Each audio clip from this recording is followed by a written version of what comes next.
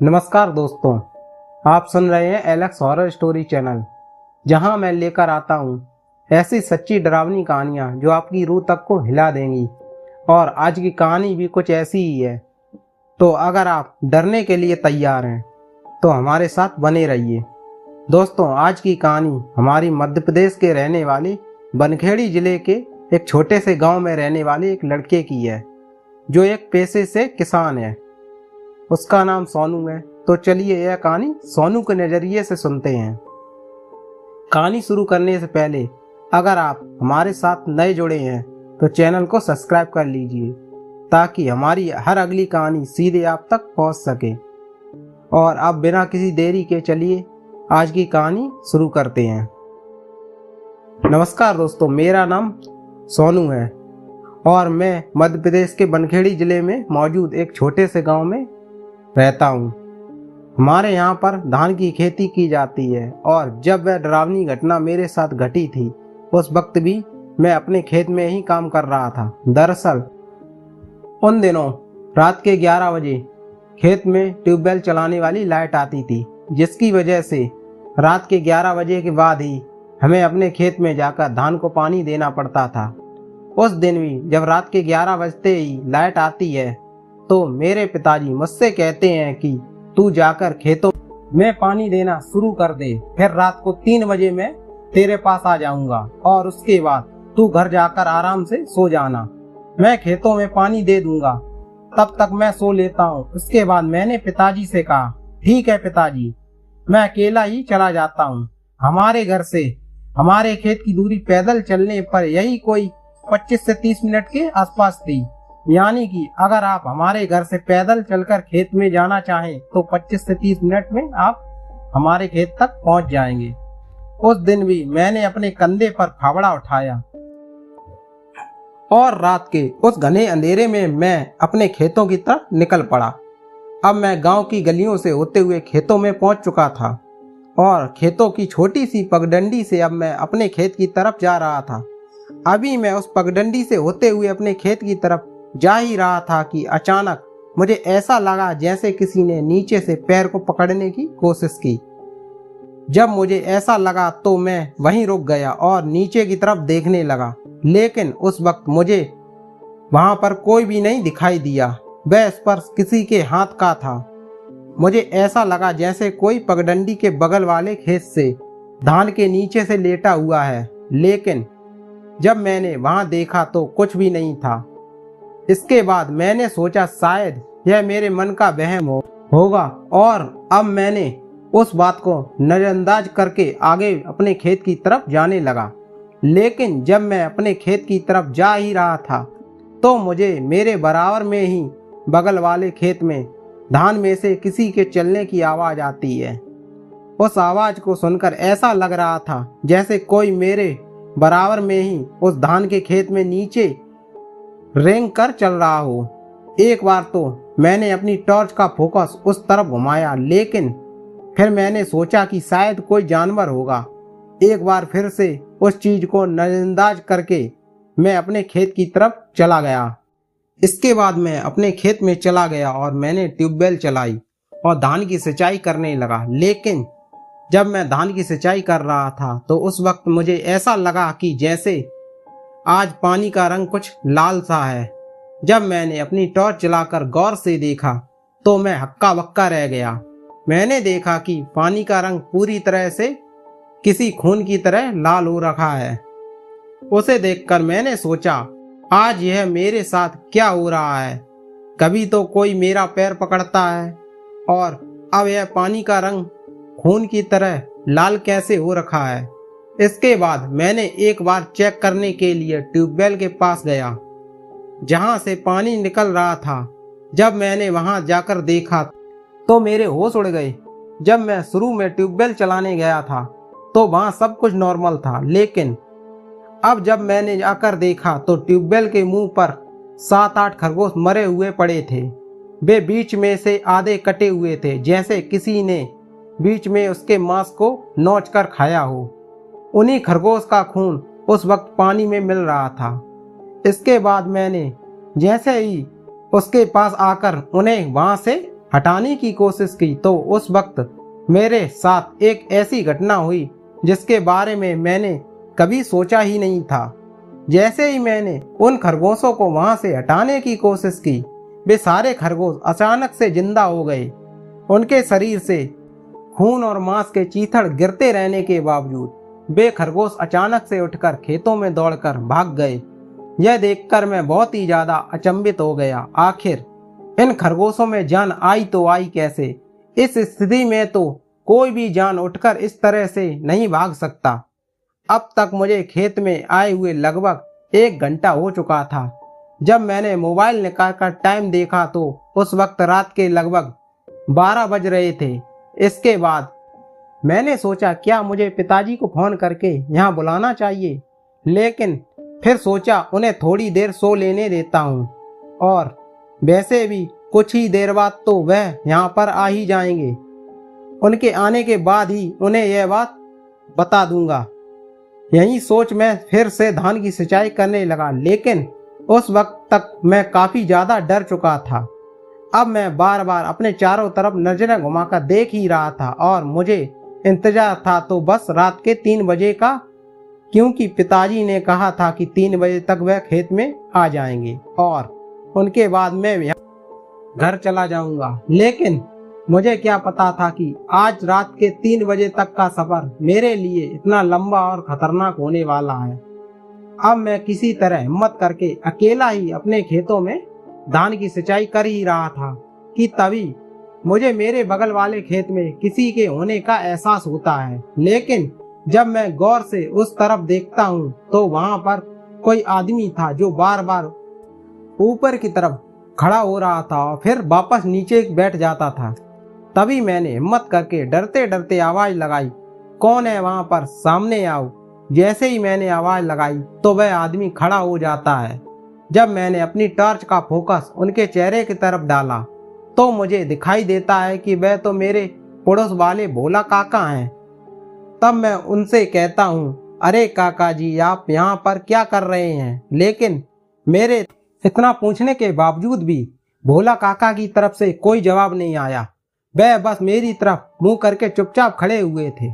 अब इससे पहले कि मैं दोबारा उनसे कुछ कहता, वह जल्दी जल्दी तेज कदमों के साथ मेरी तरफ आते हैं और फिर अचानक से मेरे पास आकर रुक जाते हैं। उस वक्त मेरी भी नजरें एकाएक उन पर टिकी हुई थीं, लेकिन जैसे ही वे मेरे पास आते हैं तो अचानक से अजीब सी आवाज में मुझसे कहते हैं, तू यहाँ पर क्या कर रहा है? मैंने मन में सोचा यह सवाल तो मुझे करना चाहिए इनसे, लेकिन उल्टा यह मुझसे पूछ रहे हैं कि तू यहाँ पर क्या कर रहा है। तो मैं उनसे कहता हूँ, दिख नहीं रहा है क्या मैं खेतों में सिंचाई कर रहा हूँ? लेकिन आप यहाँ पर इस वक्त क्या कर रहे हैं? तो वह मुझसे कहते हैं, मैं भी सिंचाई कर रहा हूँ। उनकी यह बात सुनकर मैं थोड़ा कसमकस में पड़ जाता हूँ, क्योंकि कल ही तो भोला काका ने अपने धान की सिंचाई की थी और आज इतनी जल्दी वह दोबारा फिर से धान की सिंचाई क्यों कर रहे हैं। तभी मैं उनसे पूछता हूँ, कौन सी सिंचाई और कैसी सिंचाई? अभी मैंने उनसे यह पूछा ही था। तभी अचानक वह एक अजीब सी घुर्राहट वाली आवाज में मुझसे कहते हैं, खून की सिंचाई? और किसकी सिंचाई? तुझे दिख नहीं रहा है क्या तेरे पानी में खून आ रहा है? तभी मैं उनसे कहता हूँ, आप यह कैसी बातें कर रहे हो? दरअसल जो भोला काका थे वह शुरू से ही थोड़ी बहुत शराब पिया करते थे। उस रात उनकी बातों को सुनकर मैंने सोचा कि शायद आज उन्होंने पी रखी है और उनका नशा इतना ज्यादा हो गया है कि इन्हें कुछ होश ही नहीं है कि इस वक्त वो कहाँ पर हैं, और शायद शाम से ही शराब पीकर यहाँ पर खेतों में पड़े हुए हैं। तभी मैं उनसे कहता हूँ, आज शायद ज्यादा पी ली है, इसी वजह से इतना ज्यादा नशा हो रहा है कि आपको कुछ भी होश ही नहीं है कि आप इस वक्त कहाँ हो। मैंने उनसे इतना ही कहा था कि उन्होंने अचानक से मेरी बात को बीच में काटते हुए मुझसे कहा, होश तो तुझे नहीं है कि तू आज कहाँ है और किसके सामने खड़ा है। अगर तुझे मेरी असलियत मालूम होती है तो तू मेरे सामने इतना बोल ही नहीं पाता।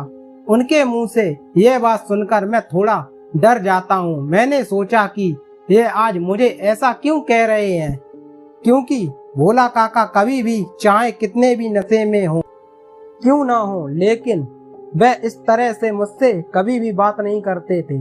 आज तो उनकी आवाज भी कुछ बदली बदली सी लग रही थी, या फिर यूं कहूं कि वह आवाज उनकी लग ही नहीं रही थी। ऐसा लग रहा था जैसे मुंह उनका हो और बोल कोई और रहा हो। तभी मैं उनको अजीब तरीके से डांटते हुए कहता हूँ, आपकी क्या असलियत देखूंगा? आपकी असलियत तो पूरे गांव को पता है कि आप कितने बड़े शराबी हो।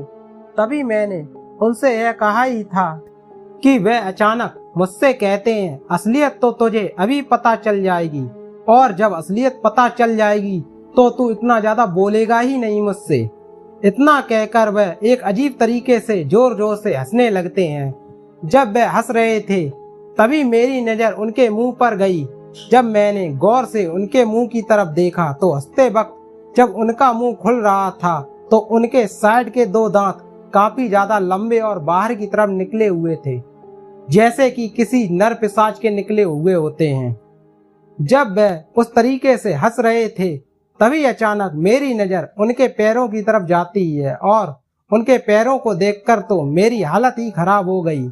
मुझे समझ में आ जाता है कि यह कोई भोला काका नहीं है, बल्कि भोला काका के रूप में कोई भूत प्रेत या छलावा है। लेकिन इस बार जब खड़ा होने के बाद मेरी नजरें उनके ऊपर गईं तो उनका रूप पूरी तरह से बदल चुका था। अब वह दिखने में काफी ज्यादा डरावना लग रहा था। उस रात के अंधेरे में उनकी वह सफेद सी आंखें बिल्कुल चमक रही थीं। उनकी आंखों के बीच का जो काला कांच होता है वह बिल्कुल गायब हो चुका था, और उसकी पूरी की पूरी आंखें बिल्कुल सफेद थीं। उसके साइड के वह दोनों दांत अब जबड़े को फाड़कर बाहर की तरफ पूरी तरह से निकल चुके थे। उसका चेहरा दिखने में किसी बूढ़े आदमी की तरह काफी ज्यादा झुर्रियों से भरा हुआ लग रहा था। उसका रंग भी ज्यादा मटमैला किसी बैगन की तरह लग रहा था, जो उस रात के अंधेरे में एक भयानक लुक दे रहा था। उस भयानक चेहरे को देखकर मुझे ऐसा लग रहा था कि शायद मेरी पैंट अब यहीं पर गीली हो जाएगी। तभी वह मुझे घूरते हुए बोला, तुझे क्या लगा था तू मुझसे भी तेज यहाँ से भाग लेगा और मेरे हाथ से बच जाएगा? मुझे इतना कहकर वह एक अजीब सी आवाज में हंसने लगा। जब वह हंस रहा था उसके मुंह पर वह भाप इतनी ज्यादा दुर्गंध से भरी हुई थी कि दुर्गंध से ही मैं वहीं पर बेहोश होने वाला था, या फिर शायद वहीं पर मेरी उल्टी होने वाली थी। अब उस वक्त मैं उससे कुछ भी कहने की स्थिति में नहीं था, क्योंकि डर के मारे मैं पूरी तरह से सिट्टी पिट्टी गुम हो चुकी थी। अब मैं चाहते हुए भी अपने बचाव में उनके सामने कुछ भी नहीं कर पा रहा था। तभी अचानक वह अपने चेहरे को मेरे चेहरे के काफी करीब लाता है। मेरे चेहरे के करीब लाकर अपने मुंह से अपनी जीभ बाहर निकालता है। उसकी जीभ इतनी ज्यादा लंबी बाहर की तरफ निकल रही थी, जैसे कोई गाय या भैंस की जीभ बाहर की तरफ निकलती है, या फिर किसी कुत्ते की। ठीक उसी तरह उसकी जीभ भी मुंह से बाहर की तरफ निकलती है, और वह अपनी जीभ से मेरी नाक से निकल रहे खून को चाटता है। जब वह मेरे खून को चाट रहा था तब उस वक्त जो एहसास मुझे हो रहा था उसे मैं शब्दों में बयां नहीं कर सकता। वह एहसास मेरे लिए कितना ज्यादा डरावना असहनीय था। मेरी नाक से निकलते हुए खून को चाटते हुए वह मुझसे कहता है, तुम्हारा खून तो बहुत ज्यादा खारा है। आज से पहले जितने भी लोगों को मैंने अपना शिकार बनाया था उनमें से किसी का खून भी तुम्हारे इतना खारा नहीं था। लेकिन कोई बात नहीं, कभी कभी कुछ अलग टेस्ट भी करना चाहिए, और आज मैं तुम्हारा कुछ अलग तरीके से ही टेस्ट करूंगा। यह कहकर वह एक बार फिर से अजीब तरीके से हंसने लगता है। वह हर बात कहने के बाद जोर जोर से हंस रहा था। उस वक्त मैं सोच रहा था कि वह शायद मेरी जिंदगी के आखिरी पल है, और शायद मरने के बाद मैं इसी तरह से कोई भूत प्रेत या छलावा बन जाऊंगा। शायद मरने के बाद यह मुझसे अपनी तरह से ही लोगों का शिकार करवाएगा और मुझे भी एक नर पिशाच बना देगा। लेकिन मुझे वह सब नहीं बनना था। अभी जिंदगी में मेरी काफी ज्यादा ख्वाहिशें थीं, बहुत ज्यादा अधूरे सपने थे जिनको मुझे पूरा करना था। अपने आप को अपने जीवन के आखिरी पलों में पाकर मुझे अपनी माँ की बहुत ज्यादा याद आने लगी। जब मुझे उनकी याद आती है तो उनके साथ ही उनकी कही हुई एक बात भी याद आती है कि कभी भी अपने आप को किसी भी संकट में पाओ तो बस मन ही मन में या फिर जितना हो सके उतनी तेज आवाज में एक लाइन बोलना। अगर तुम सच्चे मन से उस लाइन को जपोगे तो भगवान तुम्हारी मदद जरूर करेंगे। दरअसल मेरी माँ बचपन से ही मुझे आध्यात्मिक ज्ञान बहुत ज्यादा दिया करती थी। जब भी घर में सुबह शाम पूजा पाठ होती थी, वह मुझसे कहती थी कि हमेशा इस लाइन को याद रखना, भूत पिशाच निकट नहीं आवे, महावीर जब नाम सुनावे। इस लाइन को सुनाने के बाद वह मुझसे कहती थी, जब कभी भी तुम्हारे साथ ना रहूं या तुम किसी खतरे में पड़ जाओ तो इस लाइन को बार बार जाप करना। माँ की कही हुई वह बात याद आते ही पहले तो मैं अपने मन में उस लाइन को बोलने लगा।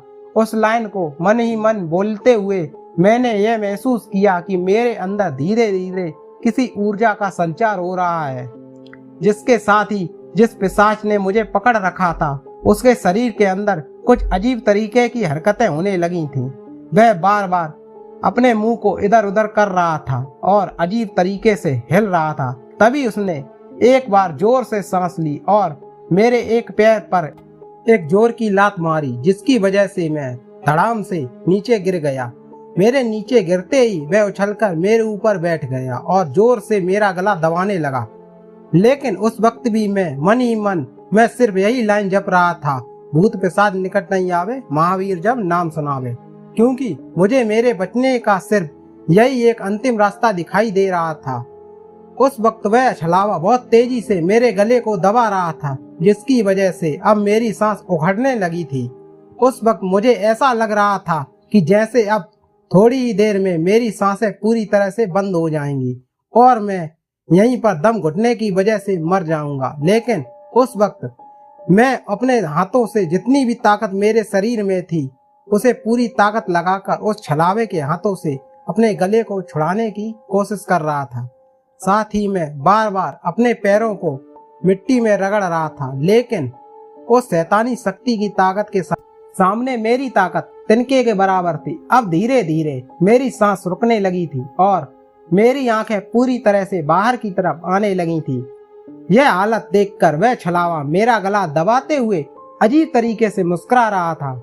मुस्कुराते मुस्कुराते वह अचानक से जोर जोर से हंसने लगा। वह बहुत तेज आवाज से हंस ही रहा था कि तभी जो सिंचाई के लिए फावड़ा लेकर आया था उससे किसी ने उसके सिर पर जोर से वार किया। उसके सिर पर फावड़ा लगने की आवाज इतनी जोर की थी जैसे कि फावड़ा उसके सिर पर नहीं बल्कि किसी पत्थर पर लगा हो। जैसे ही फावड़ा उसके सिर पर लगा, वह अचानक से अपने दोनों हाथों से मेरे गले को छोड़ देता है और अपने सिर को बहुत जोर से पकड़ लेता है। सिर को पकड़ने के साथ ही वह अजीब सी आवाज से गुर्राते हुए चिल्लाता है और मेरे ऊपर से साइड में गिर जाता है। गिरते ही वह वहां से गायब हो जाता है और जब मैंने अपनी नजरों को सामने की तरफ उठाकर देखा तो मुझे मेरे सामने मेरे पिताजी खड़े हुए दिखाई दिए। वह मेरी तरफ अपना हाथ बढ़ाकर मुझसे कहते हैं, बेटा चल यहाँ से फटाफट। लेकिन उस वक्त मेरी सांसें इतनी ज्यादा उखड़ी हुई थी कि मैं बिल्कुल भी उठने की स्थिति में नहीं था। इसके बाद मेरे पिताजी मेरे पास आते हैं और मुझे जबरदस्ती वहां से उठाकर जल्दी से घर की तरफ लेकर जाते हैं। अब वह रास्ते में मेरा हाथ पकड़कर जल्दी जल्दी दौड़ ही रहे थे। तभी मैंने उनके साथ दौड़ते हुए पूछा, आप यहाँ पर कैसे आए? आप तो 3 बजे आने वाले थे। तभी वे मुझसे कहते हैं, अभी इस सब बातों का बताने का टाइम नहीं है, पहले फटाफट घर पहुँचो।